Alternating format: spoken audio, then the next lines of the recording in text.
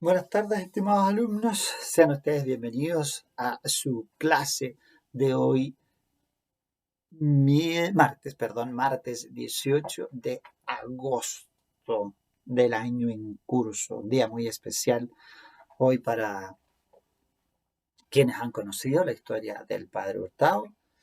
Eh, Él falleció un día como hoy, un 18 de octubre, cerca de las 5 de la tarde. ¿Mm? Eh, Haciendo un poquito de abstracción de, de su calidad de sacerdote jesuita, y pensando más en el hombre y en la trascendencia de su obra, no es un día para pasar por alto así tan simplemente, ¿no? Eh, es el, Se ha considerado que el Padre Hurtado es un reflejo, o al menos una, una especie como de ejemplo. Algunos dicen que es criticable, no, pero de que es posible, de que es posible ser solidario, es posible desprenderse de los intereses personales y tratar de preocuparse por el otro. A lo mejor no lo logró de manera perfecta, a lo mejor no es el óptimo, eh, puede ser criticable, a lo mejor hubo errores, pero hay algo que nosotros hemos visto y su obra ha trascendido por muchos años. El Hogar de Cristo es una obra que en ese sentido se sigue preocupando de entre los pobres los más pobres. Yo sé que también la institución tiene muchas críticas y no es perfecta, no es perfecta, ustedes saben, ahí lo recordaba con un curso de la mañana, el mensaje del Código Civil. El código no es perfecto, ninguna obra tal ha salido del hombre. El ser humano en esencia es imperfecto, y por lo tanto todas sus obras tienden a tener en alguna parte esa imperfección.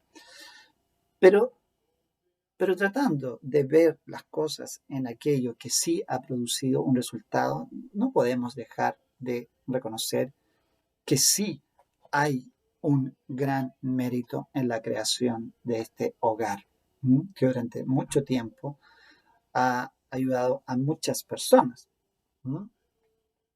personas en situación difícil, de hecho, en situación de calle. Por eso se habla siempre de los pobres, los más pobres.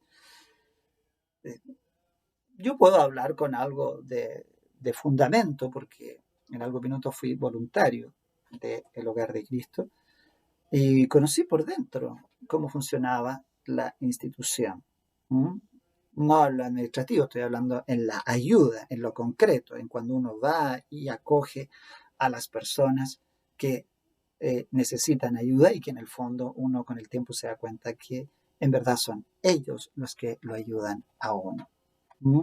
Son ellos los que entregan un cariño inmenso, son estos usuarios se les llama a las personas que están allí, son los que tienen más cariño, más sentimiento, que lo comparten con uno, y que son capaces incluso de compartir con uno lo, lo que tienen, que son sus esencias.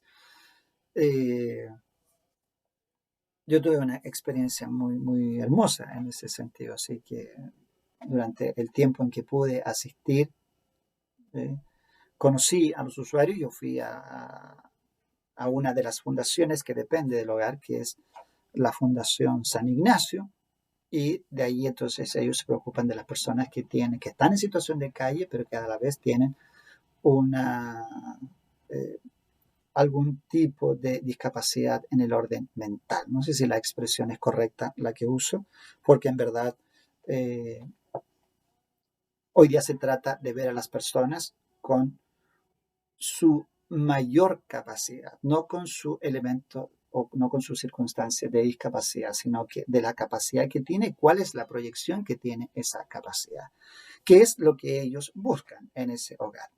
No buscan generar una protección que de alguna manera los eh, inhabilite, que de alguna manera genere una sobreprotección de tal modo que la persona no logre generar autonomía. Al contrario, lo que ellos buscan en esta fundación es que las personas que tienen estos afectos, estas afectaciones, a su mente, puedan ser autovalentes. Así que yo conocí esos hogares, fue muy bonito. Hay varios hogares, ¿ah?, en los que van 5 o 6 usuarios que viven y que aprenden a convivir, aprenden a interactuar, tienen autonomía.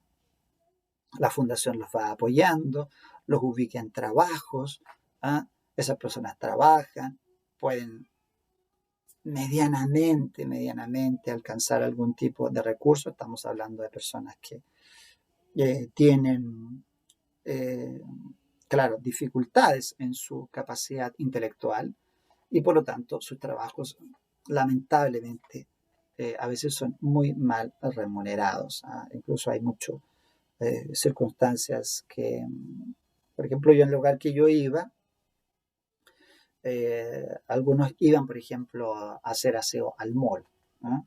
Otros iban a trabajar en el área de Franklin como ayudantes, como personas en bodega, qué sé yo, porque de acuerdo a sus capacidades pueden hacer mucho de esas labores y las hacen muy bien.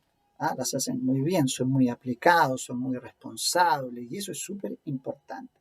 El hogar les devuelve la dignidad y eso es lo valioso en la obra del Padre. Así que por eso digo, independiente de que ustedes puedan no coincidir con la religión, no coincidir con la fe, no coincidir con la condición de él, pero hay una obra que está allí. Así que a ser solidarios en un mes y en un país, en una nación que necesita solidaridad. Lo hemos dicho en el último tiempo, pero a veces nos cuesta llevarlo a la práctica, nos cuesta aplicar, nos cuesta ser solidarios reales. No de esos que piden que otros sean solidarios, sino yo. No debo preocuparme si los demás o si las autoridades, si las instituciones, si los políticos deben ser solidarios. No, yo primero. ¿Soy yo solidario? ¿Me entrego? ¿Soy capaz de desprenderme? Es una pregunta que nos hacemos todos los días y ojalá en muchos de ustedes encuentren respuesta positiva. ¿Que lo son? Bueno, a seguir siendo.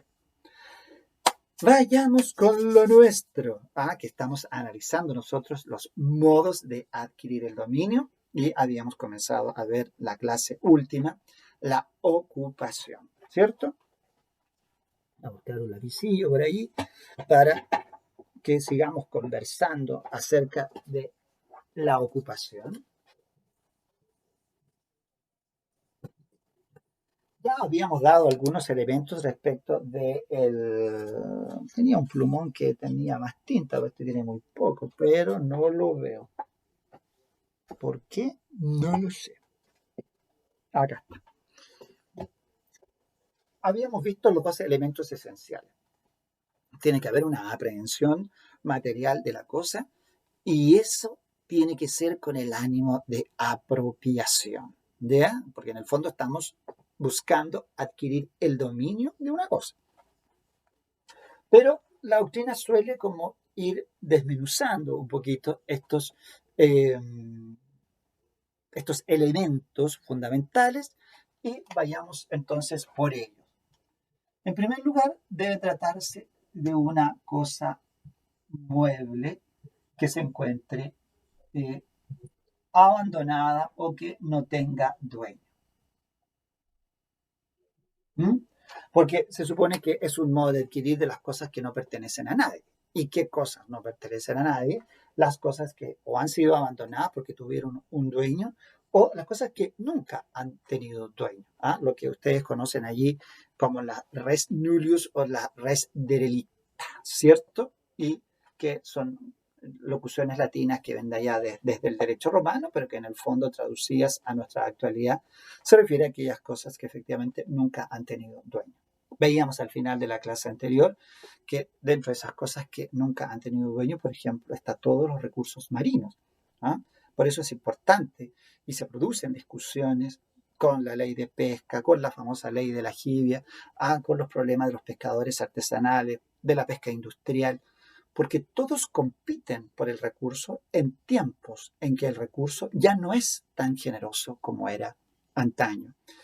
Y ahí, por eso estas leyes contienen, las nuevas leyes que van apareciendo, sobre todo leyes, tienen una componente ambiental muy potente. Se trata, obviamente, de cuidar la pesca artesanal, de favorecer también de que haya pesca industrial, pero sin que eso deteriore el recurso marino hasta el punto en que simplemente se extinga. Hay una responsabilidad como nación y hay una responsabilidad como seres humanos con el medio ambiente. Y claramente eso pareciera no estar ocurriendo. ¿Ven? Siempre llegamos al, al individuo como ser responsable de su vida, de su entorno, de sus acciones, no de otros, sino que yo me preocupo por evitar el plástico, me preocupo por hacer que en mi cotidiano, en mi casa, haya sustentabilidad, me preocupo por cuidar el agua. Nosotros seguimos con el estrés hídrico y los chilenos seguimos gastando el agua como que el agua nunca se fuera a acabar. Y eso ya es un hecho, que no vamos a tener agua en un tiempo más. Entonces, tengo que ser responsable. Yo el primero, ¿cierto? Bueno, cosas abandonadas, cosas que no tengan dueño. Pero hemos dicho que por qué cosas muebles. Lo hemos avanzado la semana pasada, porque el artículo 590 señala que todos los territorios que dentro del Estado de Chile no tengan dueños son del Estado. El principio de integridad territorial, en este caso, marca el dominio que tiene el Estado sobre cualquier tierra que en este país, en este territorio, con estos límites, no tenga otro dueño. Por lo tanto, queda relegado solo a las cosas muebles, ¿no? Tiene que existir una... No, me falta una P. Aprehensión.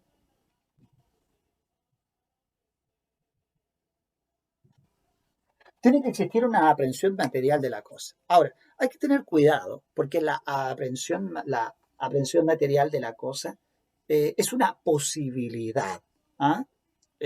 Por ahí el profesor Peñailillo en su libro menciona, o sea, ¿qué pasa, por ejemplo, en un ejemplo clásico de si yo cazo un animal, con todo el perdón de aquellos que son protectores de los animales, pero bueno, el código menciona dentro de sus actividades, estoy hablando de la ley, así que no lo tomen como algo personal. ¿No? ¿Qué pasa si efectivamente el cazador caza a el conejo y resulta que va caminando y llega otro cazador y toma el conejo? Uno dirá, ¿de quién es el conejo? Entonces uno dirá, oye, yo lo acabo de tomar, es mío. Sí, pero yo fui el que lo cazé. ¿No? Entonces, por eso se entiende, no es que necesariamente haya una aprehensión material, sino que basta la posibilidad de la aprehensión material.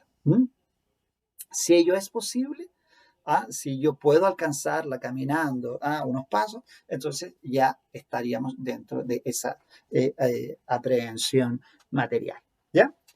Bueno, y por lo tanto se circunscribe a las cosas que permitan una aprehensión material. De lo contrario, estaríamos en dificultades de poder recurrir al modo de adquirir ocupación.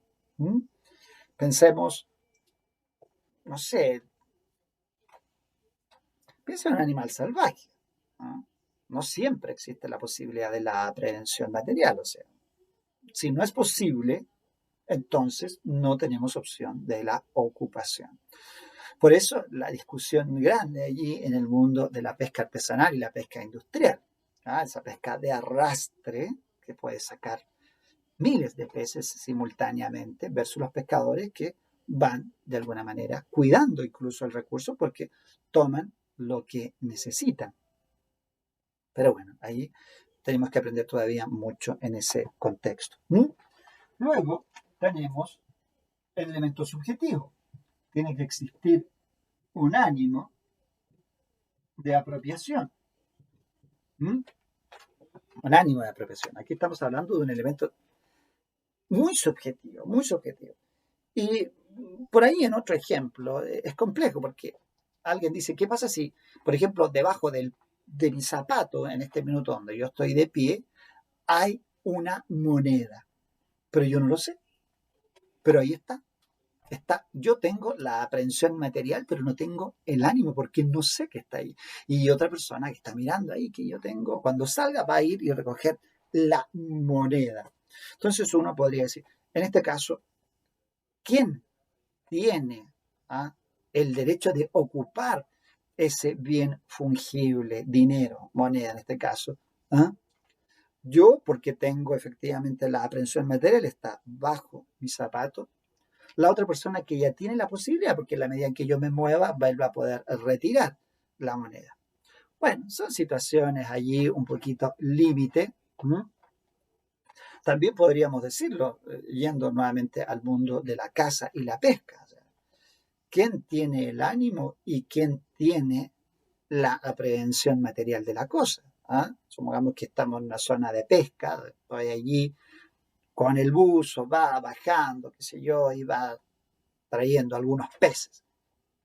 Y pasa por el mismo lado del barco con la malla de arrastre y se lleva todo. Y uno podría decir, bueno, pero es que yo estaba en este sector, era mi sector. Entonces, no es fácil que quieran dedicarse al mundo de la legislación medioambiental, de los recursos marinos, va a tener que aprender y especializarse más en estas figuras y aprender acerca de las leyes especiales que regulan este tema.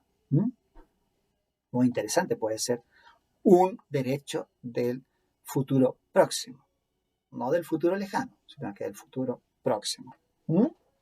Así que aquí el ánimo, estamos hablando de un elemento subjetivo. Yo me comporto, voy hacia la intención de que esto sea mío. Con esa intención tomo. No lo tomo porque quiero tomarlo prestado. Como podría ser, por ejemplo, se me ocurren algunas cosas allí, la pesca deportiva. La pesca deportiva, entiendo, no soy un experto, se toma el recurso, se hacen las mediciones, por ejemplo, del pez, pero luego se le devuelve a su hábitat natural. Entonces, en ese caso, no existe el ánimo de apropiación. ¿Mm? Aquí, bueno, se suele, y ahí lo van a encontrar también, está la famosa situación del hurto de hallazgos, ¿cierto? Las cosas que están o que se encuentran en la vía pública, porque si yo encuentro algo en la vía pública, a lo mejor voy a generar de inmediato, bueno, el ánimo de apropiarme, porque digo, aquí donde estoy, supongamos que estoy, no sé, en un campo abierto, en una ruta, yo digo, esta ruta pública, aquí es de todo y es de nadie. Bueno, hay una norma allí en el Código Penal que habla precisamente de este famoso hurto de hallazgo y que en el fondo obliga a devolver las cosas que se encuentran en la vía pública. Me gustaría saber, eso sí, cuántos hallazgos en la vía pública son devueltos a las autoridades y estas autoridades se han encargado de restituirlos a sus verdaderos dueños. Curiosidades del mundo jurídico que basan también digamos, en un pensamiento social diferente. Estamos hablando de otros tiempos. Hoy día yo lo veo casi impracticable. Pero bueno, existe y ahí tendríamos discusión en si es una cosa realmente que está abandonada o no tiene dueño y por otro lado en si es lícito que en ese caso opere el ánimo de apropiación. Y también dice, no debe estar entonces prohibida la ocupación tanto por el derecho nacional como por el derecho internacional. Esto es importante porque hay mucha regulación, lo estamos diciendo, por ejemplo, en el derecho nacional, lo que han sido las leyes de pesca, las leyes sobre cuotas de recursos marinos, lo convencional, alcancemos a conversar, parece, al final de la clase anterior, cuando hablábamos de las vedas, ¿cierto? Por ejemplo, la veda del loco, la veda de la merluza, la veda de la macha, en fin, bueno, el tema de la quibia que también causó en su momento, y todavía entiendo que hay debate al respecto. Entonces, estamos hablando que el derecho nacional, por razones de protección del medio ambiente, el patrimonio ambiental, ¿se acuerdan? La función social que señala la Constitución.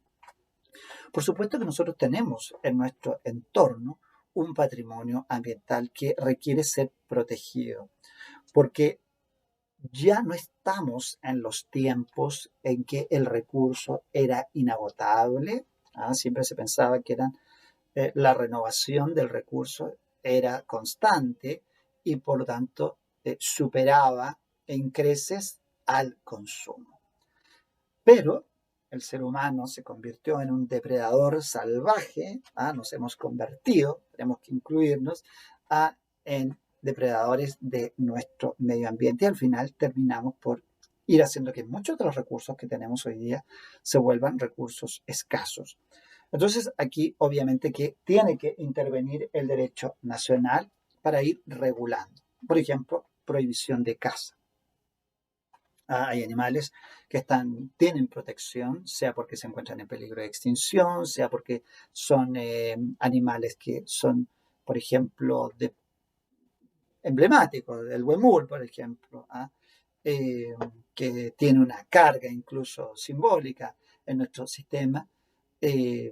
La protección de la araucania chilena, eso sí, que también tiene una protección y que por lo tanto uno va diciendo el derecho nacional tiene que entrar en esta dinámica. A veces suele pasar también porque la gente dice, ¿y qué pasa con los bienes que la gente olvida y no aparece cuando hablamos de ciertos rescates que se pueden hacer? Por ejemplo, dineros que quedaron olvidados por allí en el sistema financiero. Cada cierto tiempo se habla de las acreencias bancarias, personas que dejaron olvidados dineros en el sistema financiero. Una libreta de ahorro quedó allí creo que la mía de universidad quedó como con 500 pesos. ¿Cuántos serán esos 500 pesos hoy día? ¿No? Hoy día entonces uno se pregunta, ¿son cosas abandonadas? Eran cosas que tienen dueño, porque claramente en la creencia financiera hay claramente un dueño. El tema es si está abandonado. Porque si ustedes me preguntan qué pasó con mi libreta de ahorro del Banco del Estado, que yo tenía, me acuerdo que estoy por la universidad, a través de eso a uno le mandaban el dinero, le depositaban ahí y uno iba a retirar allá a la sucursal en Concepción. Y no sé qué fue de esa libreta. En todo caso, yo creo que si quedó, fue un peso, porque era en tiempo de estudiante, por supuesto, así en tiempo de estudiante uno se gastaba todo lo que tenía y porque era generalmente poco, ¿no? Pero bueno, hay historias de universitarios que son las que ustedes están viviendo ahora, historias de universitarios. Y también está el derecho internacional. El derecho internacional, en este sentido,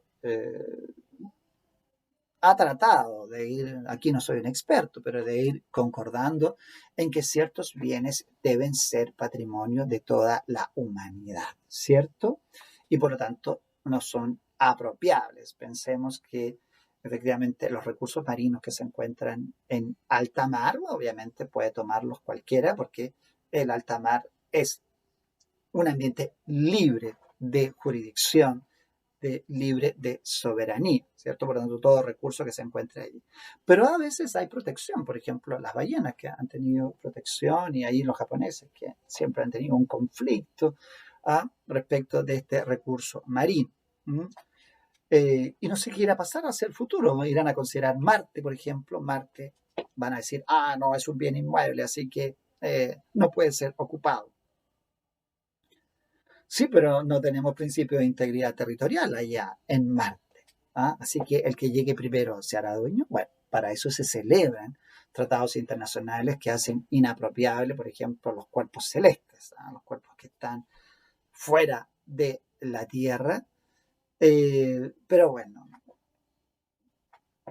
por ahí siempre va a haber. De este tiempo, por ejemplo, hay una discusión ahí en la Antártida al respecto de los nuevos planes que está haciendo las cartas geográficas que hizo Argentina, y su proyección allá.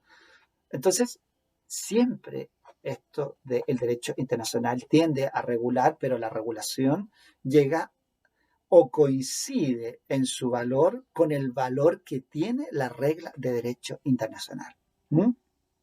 Si la regla de derecho internacional ha sido aceptada por el grupo, supongamos que fuera un grupo de países o fuera todas las naciones, por el grupo de naciones, y eso se ha transformado en un tratado, y el tratado ha sido internalizado por los respectivos países o por el grupo de países que competan en el asunto, y eso implica restricciones en materia de ocupación, pues hay normas, ¿cierto? Los tratados internacionales que se incorporan a la legislación son normas internas y por lo tanto, si en alguno de ellos está la prohibición, entonces no podrán ser ocupados. ¿Bien? Bueno, no hay mucho más que decir respecto de esta ocupación. El código, si bien destina varias normas, los profesores tampoco detallan mucho estas figuras, porque piensan que la ocupación va disminuyendo el espacio cuando la propiedad privada avanza mucho. Entonces, al final uno termina dándose cuenta que casi todo está en el dominio privado y entonces el espacio para la ocupación se reduce. Por lo tanto, hay una influencia allí. ¿Qué grado de vigencia tiene el derecho de propiedad versus aquellas especies especies ocupables que van quedando? ¿Cuántas van quedando? A lo mejor van quedando pocas. No lo sabemos. Esto es una cuestión de hecho que no podríamos resolver jurídicamente porque no tenemos el cuánto. Bien, pero dejemos la ocupación como modo de adquirir y vamos a entrar a analizar, vamos a dejar brevemente enunciado hoy día el capítulo de la accesión, que es el segundo modo de adquirir. La accesión, en términos de modo de adquirir, hablemos de la importancia, que ha ido adquiriendo mayor importancia dado en las cosas muebles y en la manufactura de las mismas, en la generación de esas cosas, sobre todo en un mundo que genera cada vez las cosas de manera compartida, que van integrándose varias unidades hasta formar algo. En estos días, por ejemplo, me pidieron, no sé si lo comentamos, pero que redactara un contrato para diseñadores. Diseñadores, en general son diseñadores gráficos y están siendo contratados por una agencia de diseño. Y aquí hay un tema muy fuerte que es la creatividad. Entonces uno siempre se pregunta, si yo coloco el computador, tú me dices que necesitas un programa, instalo el programa. Si necesitas una oficina, tienes la oficina. Necesitas equipo para reproducir imágenes, tienes equipo para reproducir imágenes. Ahora, aquí te sientas y me creas lo que necesito. Se sienta el diseñador, genera todo el proyecto, las imágenes visualizadas, todo. ¿De quién es la resultante? ¿No? ¿Es de aquel que creó toda la obra o de aquel que dispuso los bienes para que se genere la obra?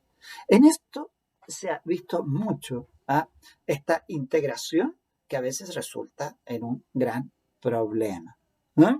Otro problema que vamos a analizarlo desde el punto de vista de la accesión son el problema de la vivienda en Chile.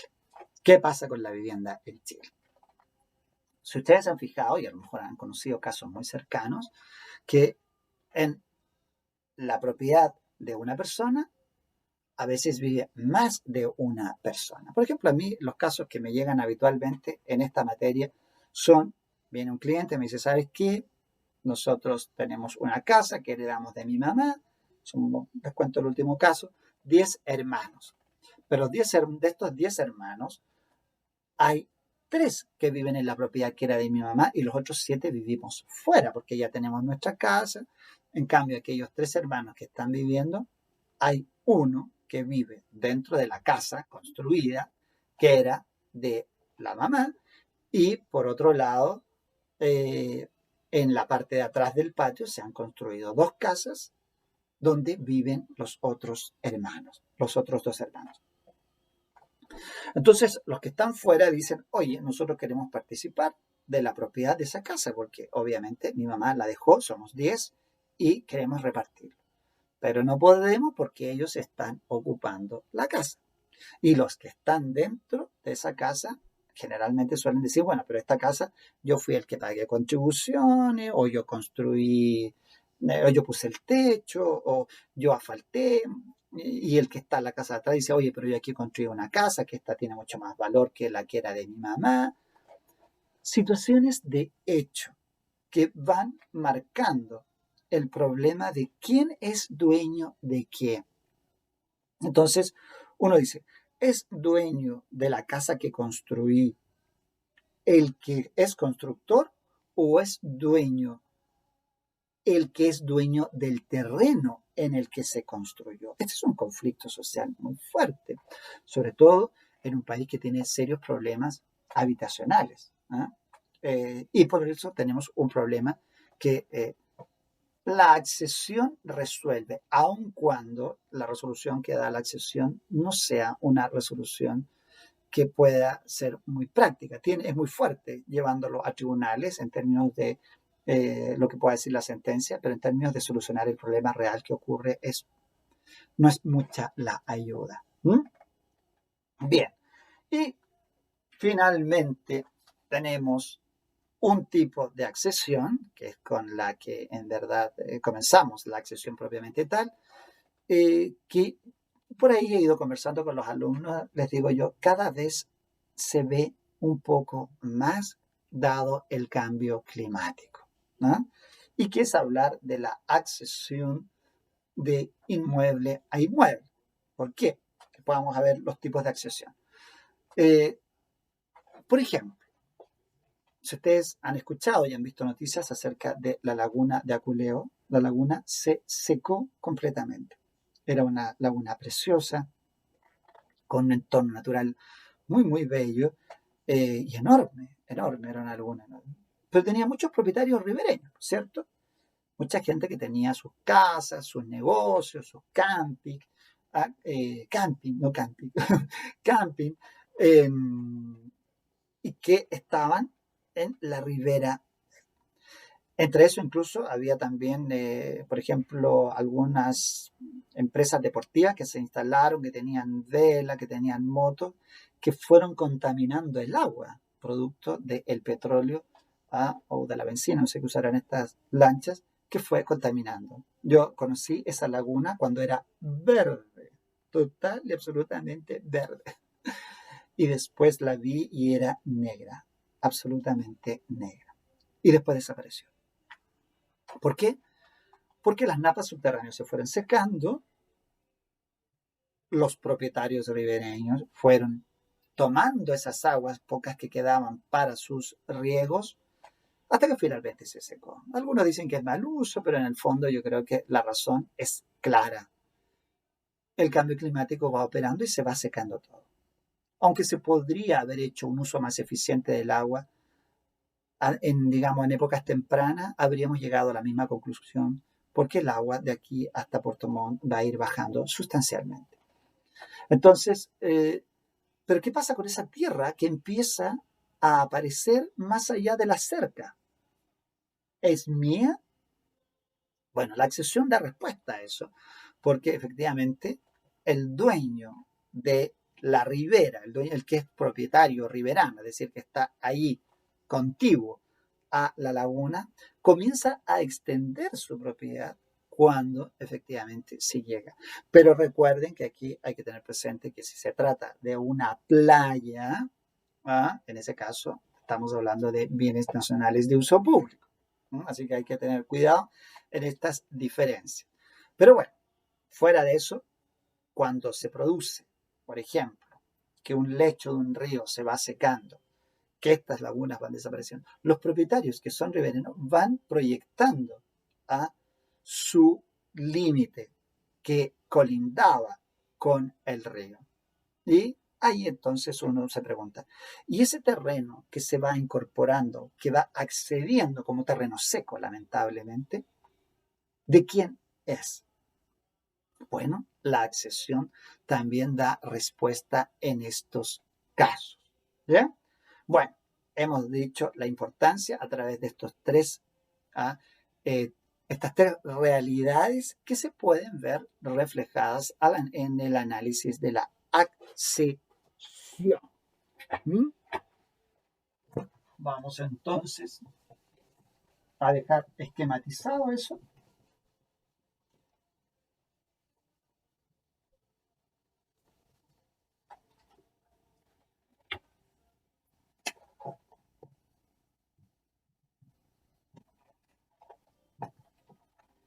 Eh, Cuando nosotros estamos hablando de la accesión,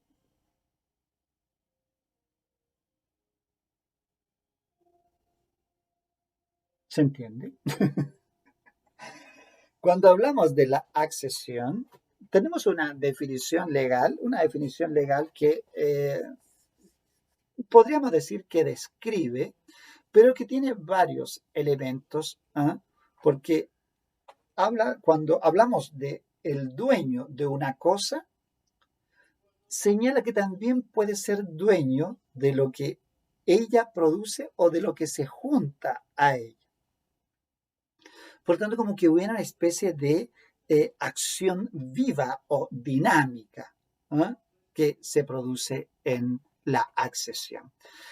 Y ello ocurre así porque en la concepción del código, la accesión puede tener dos posibles variantes. Una es la accesión de frutos y la otra es la accesión continua o propiamente tal. La accesión continua o propiamente tal, la accesión de frutos. Por eso habla de lo que ella produce o de lo que se junta a ella. Entonces, ¿dónde tengo mi código? Acá. Veamos lo que dice entonces el legislador para entender por qué hace esta diferencia. Este equipo está en modo de ahorro de batería. La accesión es un modo de adquirir por el cual el dueño de una cosa pasa a hacerlo de lo que ella produce, primera posibilidad, o de lo que se junta a ella. ¿Ven? Entonces, en lo que ella produce estarían los frutos y de lo que se junta estaría la accesión continua o propiamente tal. Bien. A su vez, la expresión que utiliza, ¿dónde está el cargador?